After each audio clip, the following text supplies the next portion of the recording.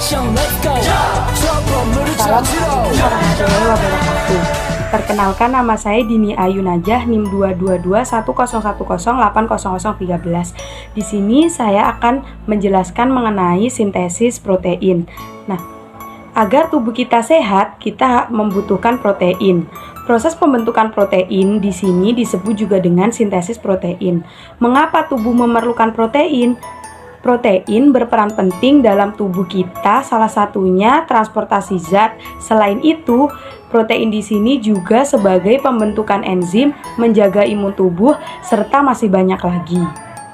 Secara umum, sintesis protein terjadi dalam dua tahapan. Yang pertama transkripsi dan yang kedua translasi.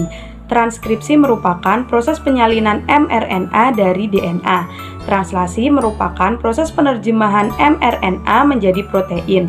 Proses transkripsi berada di nukleus. Transkripsi terdiri dari inisiasi, elongasi, serta terminasi. Pada proses transkripsi, DNA yang ada pada nukleus akan dihampiri oleh RNA polimerase. Inisiasi terjadi jika RNA polimerase tertempel pada promotor.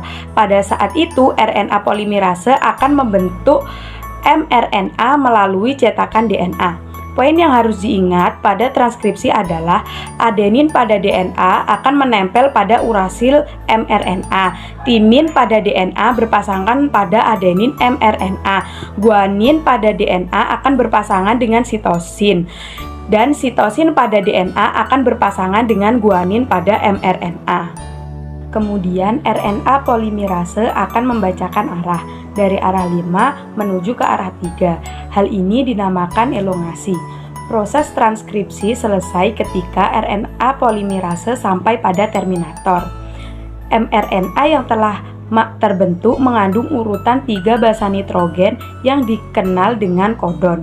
Kemudian kodon ini akan meninggalkan nukleus melalui pori-pori nukleus ke sitoplasma untuk memulai proses yang kedua, yakni translasi. Tahap yang kedua yakni translasi. mRNA yang dari nukleus pergi ke sitoplasma yang merupakan tempat ditemukan ribosom. mRNA merupakan cetakan untuk membuat protein. mRNA merupakan urutan 3 basa nitrogen.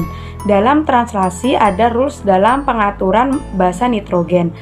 Pada translasi mRNA berikatan dengan tRNA-U. mRNA-U berikatan dengan tRNA-A. Dan G berikatan dengan C berikatan dengan G. Translasi juga memiliki 3 tahapan. Yang pertama, inisiasi, elongasi, dan terminasi. Tahap inisiasi terjadi saat unit ribosom subunit kecil terikat dengan mRNA. Ribosom akan bergerak dari unit 5 ke 3 ketika sudah menemukan kodon AUG. tRNA yang sudah membawa asam amino dan antikodon UAC akan melekat pada RNA. Setelah tRNA melekat pada mRNA, ribosom subunit besar akan datang dan mengikat juga dengan ribosom subunit kecil. Inilah yang disebut dengan inisiasi. Ribosom subunit besar memiliki 3 unit kecil, yaitu A. Acetorside, P. Peptidylside, dan E. Excitiside atau exit site. Saat elongasi, asam amino yang lain pada rantai mRNA dibawa oleh tRNA transport. Lalu asam amino yang lain akan menempel pada daerah A. Ikatan peptida akan ada di antara kedua asam amino tersebut.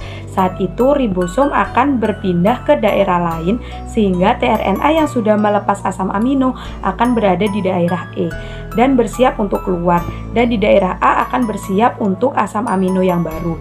Siklus ini akan terus terulang sampai tahap terminasi. Terminasi terjadi jika salah satu dari 3 stop kodon berada pada daerah A. Kodon ini dikenal oleh protein sebagai release factor. Saat release factor memasuki daerah A, otomatis polipeptida akan rilis dari ribosom dan ribosom akan berpindah dan bersiap untuk melakukan translasi yang baru. Polipeptida inilah yang disebut dengan protein. Sekian dari saya. Wassalamualaikum warahmatullahi wabarakatuh. Baik, di sini saya akan menjelaskan tentang ribosomopati. Ribosomopati adalah penyakit yang disebabkan oleh kelainan struktur dan fungsi protein. Ribosomopati telah dikaitkan dengan keganasan. Beberapa ribosomopati dikaitkan dengan peningkatan angka kanker, misal sindrom, penyebab gangguan hematopoiesis, dan kecenderungan leukemia. Salah satu penyakit ribosomopati adalah sindrom Limaki. Sindrom Limaki adalah sindrom myodysplastik yang ditandai kelainan diferensiasi eritoid dan mengalami anemia markositik berat.